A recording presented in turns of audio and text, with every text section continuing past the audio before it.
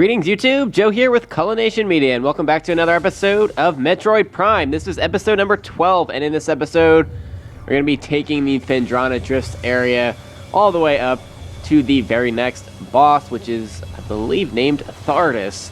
But yeah, that'll be a little bit later on. I didn't kill these space pirates last time, so I have to blow them up really fast.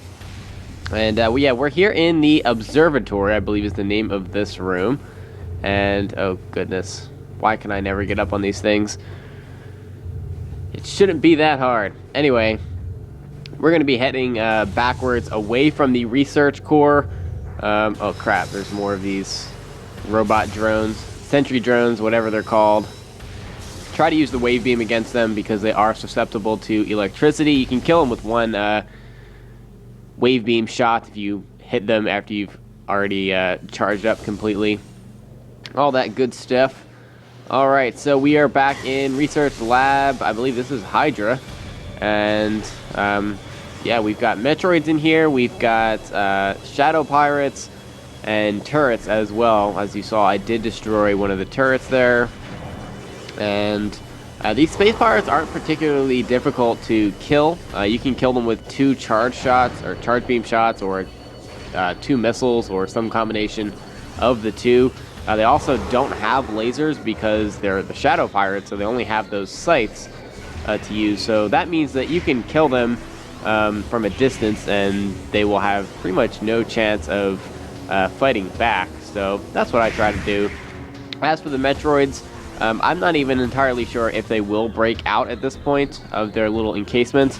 I like to just kill them anyway because like I've always said, it's never a good idea to just have Metroids just floating around because they can do some serious damage if they end up sneaking up on you. Alright, so we killed him, and the music is still going, so I'm assuming there's at least one more pirate here somewhere. Although, I don't see him anywhere. There he is. Oh, there's a couple more. Where'd he go? There he is. Hello. That was fun. Alright, there's a Metroid over there too, so we might as well kill that. And yeah, I like to use missiles and wave beam combinations for that. It'll be so much easier once we do grab the ice beam, but it's a little bit down the road, so yeah, whatever. Alright, so apparently those crates just had no items in it. I don't know how that's possible, but that's just my luck. I need some missiles for sure. I believe in the next episode I'm going to go grab some missile expansions. Oh crap. Crap. Okay, that did not work out well at all. Okay, this is not working out well. Get away from me. What in the world? Why are we all crowding the door here? Seriously? Stop getting in the way. Damn it. I'm gonna get killed by this turret thing. Wow, okay. Fail. Oh, apparently I blew it up. Okay. And I'm assuming there's more space pirates in here, even though I killed like 4 of them already. And I believe these are also Shadow Pirates, which I don't know why they would be Shadow Pirates in this light room, but that's okay. So I guess there's 6 total, and a turret. And apparently the turret is the most dangerous out of all of them. Who knew? Who knew? Okay, so we're about to head back into the shorelines area of Phendrana Drifts. So we're out of the research area completely. And now we can go to an area that we haven't gone before because we now have the thermal visor. We're able to detect heat signatures, which means we can find the power conduit that is above this door here. So if you turn on the thermal visor, you can see it right there, and it must be behind some type of encasement. Let's see. This cordite statue is worn and weathered. Scan indicates the presence of a power conduit. Yes, so we need to use a super missile to destroy cordite, so you can't lock onto it, you just kind of have to aim it. So charge up, and you can blow off the case that's blocking the area, and you can energize it, and now we can move on. So we're now headed into areas that we have not been to as of yet. And we don't really have to go very far in order to get to the boss fight. I believe it's the Quarantine Cave, which would make sense because they obviously have had to quarantine this creature that we're going to be fighting. And, it's a wave beam door. Alright, so here we are. And we're about to enter a cutscene, I believe. Because I can't scan him from here. I tried, I really did. Okay, so, oh my goodness. Yes, it's a giant boulder monster.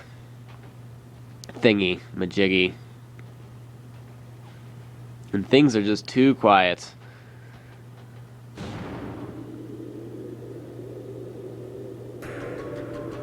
And some really weird music as well. Very creepy. But this is by far one of my least favorite boss fights of the game. If not the least favorite of the entire game. I just don't like it at all, and I'm not good at it. I have a terrible time avoiding some of the attacks that this thing uses, so you're going to see that, I'm sure. Alright, so new creature. Thardus, an animated sentient creature of stone charged with phazon radiation, of course. It's charged with phazon. The phazon radiation given off by Thardus negates auto-targeting systems, preventing lock-on. Awesome. It may be possible to acquire alternate targets with a different visor, which is the thermal visor. The chaotic nature of phazon radiation leads to instability in its structural integrity. Thardus can encase targets in ice, and its colossal size and strength make it formidable opponents. So we need to turn on the thermal visor, and you can lock on to the area that we need to be hitting in order to deal any damage. So it doesn't really matter what beam you use, but once you deal a certain amount of damage... Oh, crap. If that happens, you can just keep pressing B to break out of the ice. But this is the attack that I can't get out of the way of to save my life. Even with the Morph Ball, I just will get hit almost every single time that he goes into that move. Anyway, once the thermal visor overloads with the heat signature of whatever it may be, I guess the phazon, I'm not entirely sure, the part that we need to hit will become visible and it'll change color on his body, and then you just repeat the process. After you blow it up, a new spot will become active in the thermal visor, and that really just happened. Okay, and as you can see, his health went down a little bit on the bar, not a whole lot. But if you can avoid these ice attacks, you'll be in good shape, because that's what's going to do the most damage, not his rolling attacks. So yeah. You can also destroy these rocks that he throws at you by shooting at them, but you can get out of the way of them too if you just strafe around. Well, it's actually more like jumping out of the way while strafing, because you can't move fast enough to get out of the way of the rocks if you're just strafing. So, I mean, jump from side to side as well, but when he does throw the rocks at you, I do suggest blowing them up if you can, because a lot of times they will leave health behind, and missiles, I mean, if you need it, but I don't really use that many missiles in this battle. The only advantage, perhaps, that a missile might have in this fight, as opposed to using a charge beam shot, is that you don't have to charge up to fire a missile, but at the same time, there's no reason to waste all of your missiles in this battle. Sometimes the battle does drag on, and I have a feeling that that's going to be the case with this one as well, but you don't want to get stuck without missiles. There's not any reason for that, and I might as well just stop trying to get out of the way of this freaking rolling attack, because clearly that's not working out for me at all. I don't know. Every time that I've played this game, even going into Morph Ball mode, I just can never seem to really get out of the way effectively. He usually hits me at least once. Alright, so I don't know what the hell he's doing. He seems kind of angry, though. He also kind of seems like he's trying to do, like, a hula hoop dance. What is that? I don't like the look of that. Oh, lightning. Cool. Alright, well, he has no weak points at this point, so I guess we can't do anything but wait. Oh, there we go. And, of course, you're going to go into your roll attack thingamajiggy. I hate this thing so much. Holy crap. I mean, look at his health bar. It's not even at the halfway point yet. This is going to be a long fight. Oh, man. I actually prefer the Omega Pirate to this, which is saying something, because the Omega Pirate can get pretty tedious. But, okay. So basically, other than the health bar at the top of the screen, the way you know how you're progressing through the fight is based on how many of these connections you've destroyed.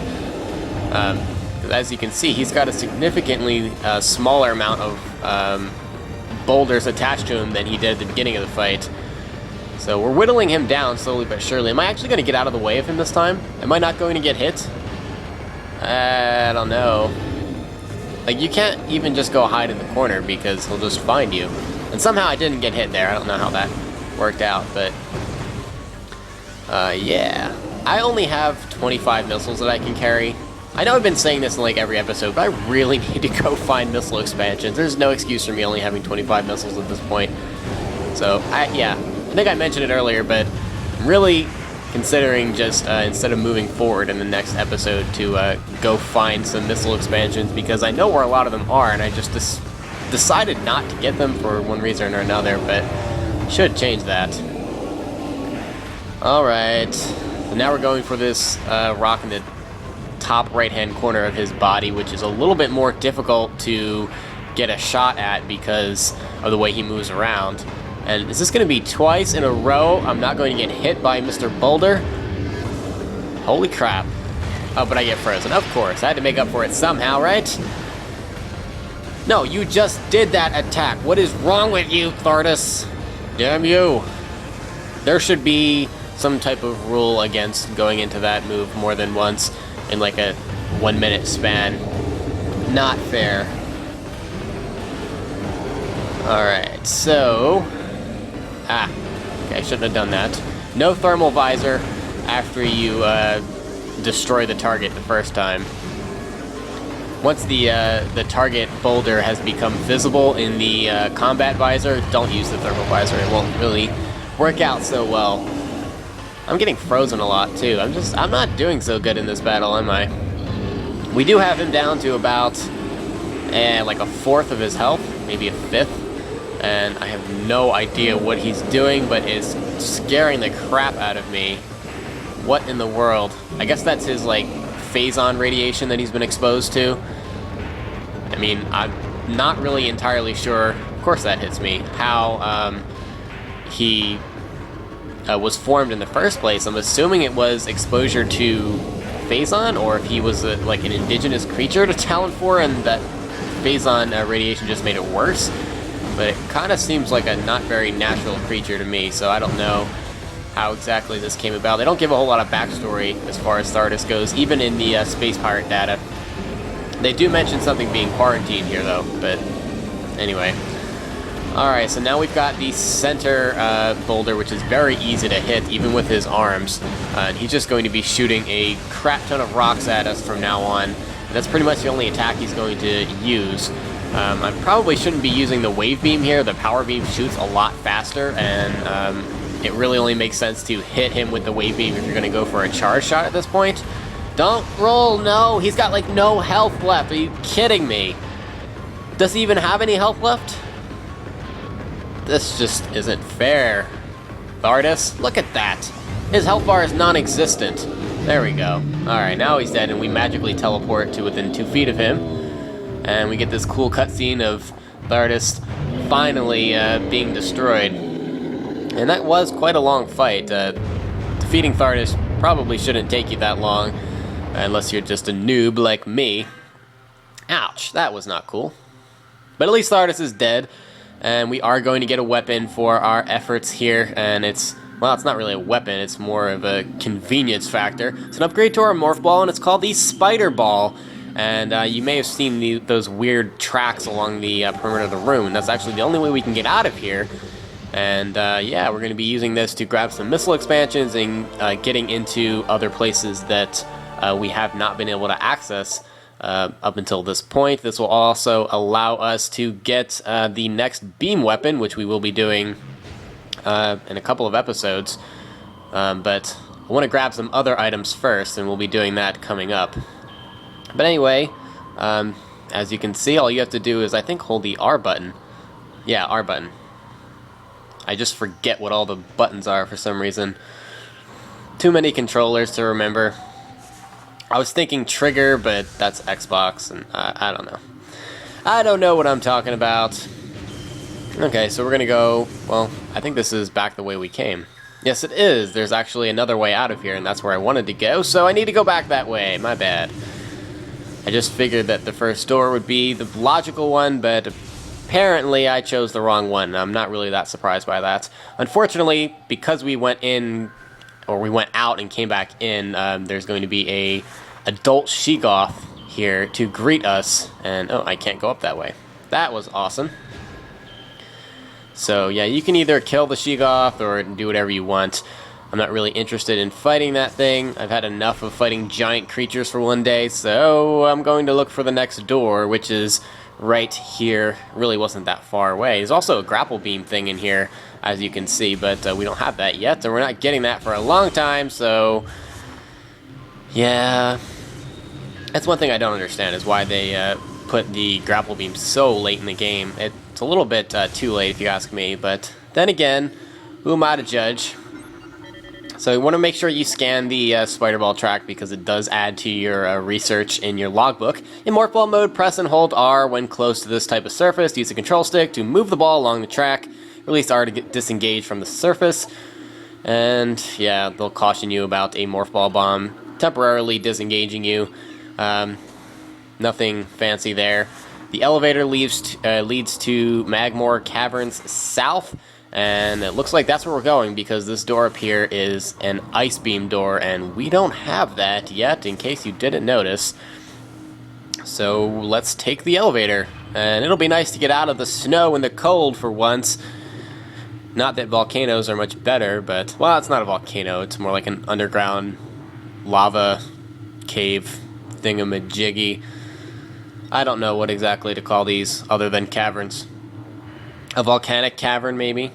I guess in order for it to be a volcanic cavern, it would have to be attached to a volcano at some point. I don't know, I'm just blabbering. Never mind. Alright, so yeah, watch out for those flamethrowers there, and then we get into this area that we haven't been in yet. It's a very large room, and there's these flying jetpack pirates ready to greet us.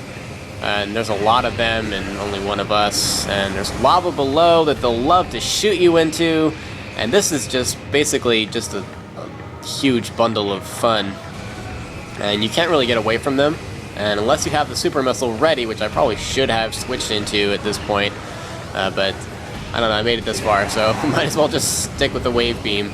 You can blow them up without them doing their suicide dive like that, because that just causes issues.